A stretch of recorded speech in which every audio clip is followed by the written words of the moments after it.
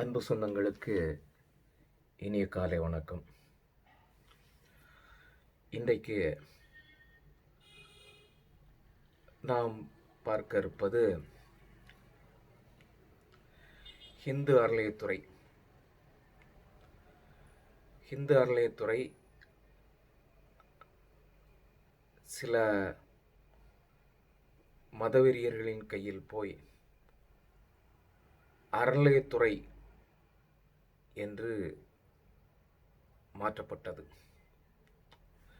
இந்த ஹிந்து அறநிலையத்துறை ஹிந்து மக்களுடைய வாழ்வாதாரத்தை பெருக்கவும், ஹிந்து கோயில்களை நிர்மாணிக்கவும், அதனை புனரமைக்கவும், கோயில் கும்பாபிஷேகம், பராமரிப்பு போன்றவற்றை செய்வோம் தான் அந்த ஹிந்து அறநிலையத்துறை உருவாக்கப்பட்டது. ஹிந்து கோயில்களில் வரக்கூடிய வருமான பணம் எந்த வகையிலும் முறைகேடாக பயன்படுத்தப்படக்கூடாது, தனிநபர் அதை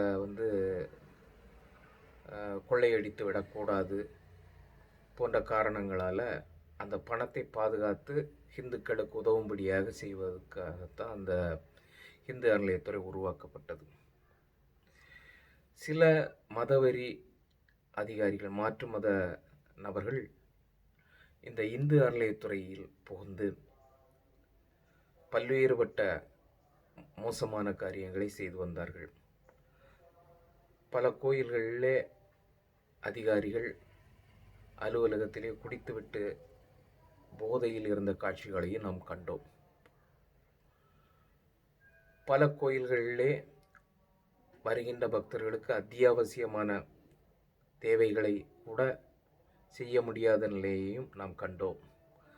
அதே போல் நம்முடைய திருச்செந்தூர் போன்ற கோயில்களிலே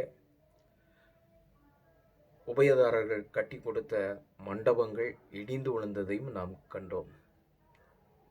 பல கோயில்களுடைய கோபுரங்களிலே ஆலமரங்கள் போன்ற விருட்சங்கள் முளைத்திருப்பதையும், சுற்றுச்சுவர்கள் தூய்மையற்று விரிசலடைந்து காணப்படும் நிலைகளையும், கோயில் பிரகாரங்கள் சுத்தமின்றி காணப்படுவதையும், கோயிலுக்கு வரக்கூடிய பக்தர்களுக்கு கழிவறை, தண்ணீர் வசதி போன்றவை இல்லாத நிலைகளையும் நாம் கண்டு வருகின்றோம்.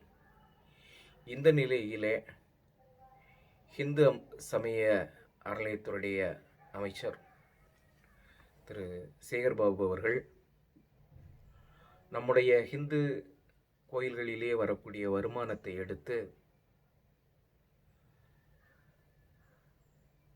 கல்லூரிகள் கட்டுவதிலே ஆர்வமாயிருந்து கல்லூரிகளையும் நிர்மாணித்துள்ளார். அதாவது புண்ணியத்திலே சிறந்த தானம் கல்வி தானம் அப்படின்னு சொல்லுவாங்க, அதில் மாற்று கருத்தில்லை. ஆனால் இந்த கல்லூரிகளை நிர்மாணிக்க கல்வித்துறை இருக்கின்றது. முதல்வருடைய தனிப்பட்ட நிதியிலிருந்து கல்விகளை உருவாக்கலாம். ஆனால்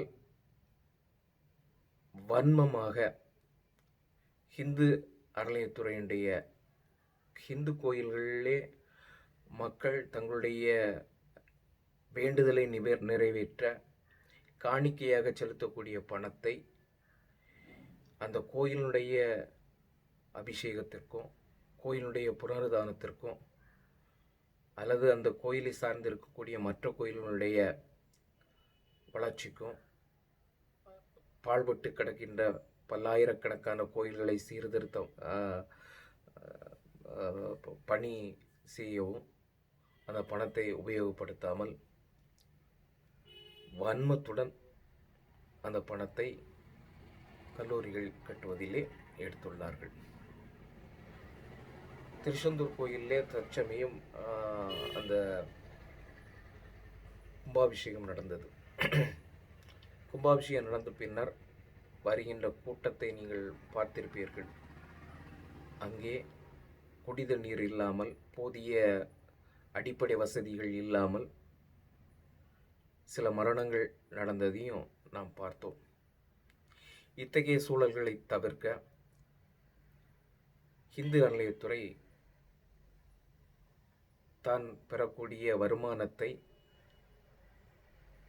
கோயிலுடைய வளர்ச்சிக்காக பயன்படுத்த வேண்டும், இந்துக்களுடைய வளர்ச்சிக்காக பயன்படுத்த வேண்டும் என்ற வேண்டுகோளையும் இங்கே வைக்கின்றேன். இது வேண்டுகோள் மட்டுமல்ல, இது எங்களுடைய வலியுறுத்தல். அனைத்து இந்து திருக்கோயில்கள் கூட்டமைப்பு பாரத ஜனசக்தியுடைய வலியுறுத்தலாக இங்கே வைக்கின்றேன்.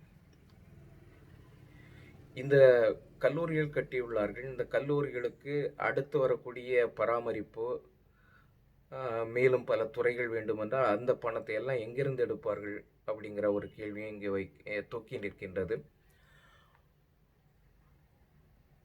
மசூதிகள், தேவாலயங்கள் வரக்கூடிய பணங்கள் என்ன செய்யப்படுகின்றன அப்படிங்கிறத இந்து மக்கள் உணர வேண்டும். மசூதிகளிலும் தேவாலயங்களிலும் வரக்கூடிய பணம்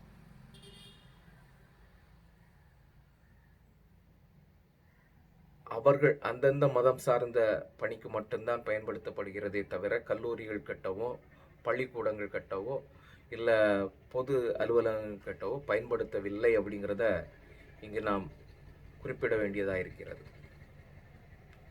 சமீபத்திலே ஒரு கோயிலுடைய கும்பாபிஷேக கணக்கை பார்க்க நேர்ந்தது. யாகசாலை குண்டம் அமைப்பதற்கு 40 லட்சம் ரூபாயும், சிவாச்சாரியர்கள் சம்பளம் 45 லட்சம் ரூபாய் எனவும் கணக்கிடப்பட்டுள்ளது. எனக்கு தெரிந்து அவ்வளவு பெரிய யாகசாலையோ அல்லது சிவாச்சாரிகளையோ கொண்டு அந்த கோயிலுடைய கும்பாபிஷேகம் நடைபெறவில்லை அப்படிங்கிறது தான் என்னுடையது. இந்த இவ்வளவு பணம் அதிலே செலவாயிருக்குமா என்றால் அதற்குடைய விடை எனக்கு கேள்விக்குறியாகவே இருக்கிறது. இதிலே கையாடல் நடந்திருக்கிறது அப்படின்றது என்னுடைய ஒரு சந்தேகமாக இருக்கிறது. இப்படி இந்து அறநிலையத்துறையினுடைய போக்கு முற்றிலுமாக இந்துக்களுக்கு விரோதமாக இருக்கிறது. உதாரணமாக, நம்முடைய நீதிமன்றம் ஒன்று ஒரு ஆணை பிறப்பித்தது. அதாவது இந்து கோயில்களிலே, இந்து அறநிலையத்துறையிலே வேலை பார்க்கக்கூடிய அனைவரும், அமைச்சர் உள்ளிட்ட அனைவரும் அந்தந்த கோயிலுடைய கர்ப்பகிரகத்தின் முன்னால் நின்று, நான் ஒரு ஹிந்து, நான் இந்த கோயிலுடைய வழிபாட்டு முறையை நான் மதித்து அதன்படி நடப்பேன் என்று ஒரு உறுதிமொழி எடுக்க வேண்டும் என்று ஆணையிட்டது.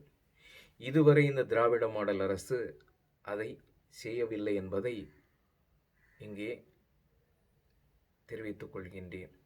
அப்படி என்றால் என்ன அர்த்தம் அப்படின்னா, இந்த இந்து அறநிலையத்துறைக்குள்ள ஹிந்து மதம் என்ற போர்வையில் பல்வேறுபட்ட வேற்று மதக்காரர்கள் அரசு பணியாளர்களாக இருக்கின்றார்கள் அப்படிங்கிறத இது காண்பிக்கின்றது. அதுபோல இந்து அறநிலையத்துறையிலே வேலை பார்க்கக்கூடிய பணியாளர்களுக்கு, அரசு ஊழியர்களாக இருக்கக்கூடிய அதிகாரிகளுக்கு சம்பளம் அதிகமாகவும், அங்கு வேலை செய்யக்கூடிய அர்ச்சகர்களுக்கு சம்பளம் 3500 இந்த மாதிரியாகவும் இருப்பதை நாம் பார்க்க முடிகிறது. இந்த அரசு அர்ச்சகர்களுக்கு சம்பளத்தை உயர்த்தி கொடுக்க வேண்டும் என்ற ஒரு வேண்டுகோளையும் வலியுறுத்தலாக இங்கே வைக்கின்றேன். மீண்டும் நாளை இன்னொரு வீடியோவில் உங்களை சந்திக்கின்றேன். நன்றி, வணக்கம், வாழ்த்துக்கள். வாழ்க பாரதம்.